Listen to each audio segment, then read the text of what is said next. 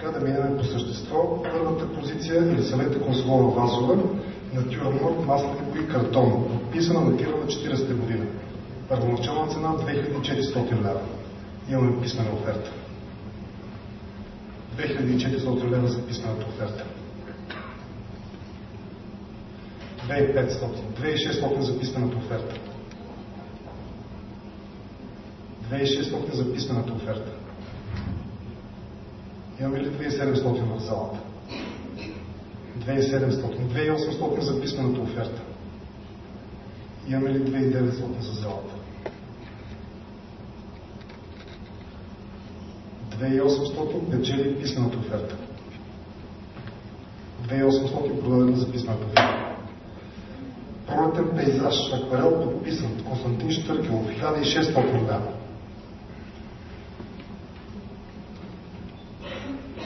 1600 лева, имаме цена 1600 лева, 1700 лева, имаме ли 1800, 1800, 1900 лева, 2000 лева,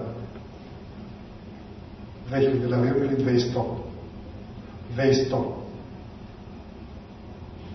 2200, имаме ли 2200, 2200, 2300,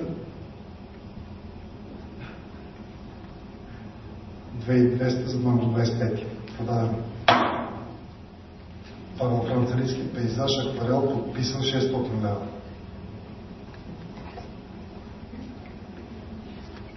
600 лева за Павел Францарийски.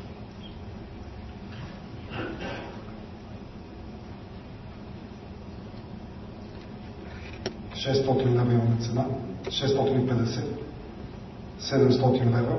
750. 750 лева.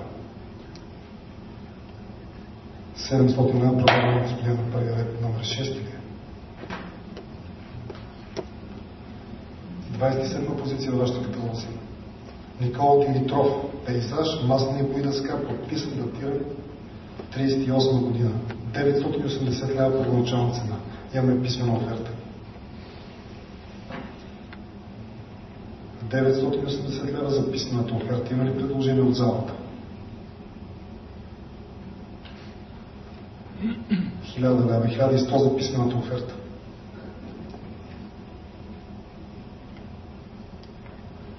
1100 лева, 1200, 1300 за писмената оферта.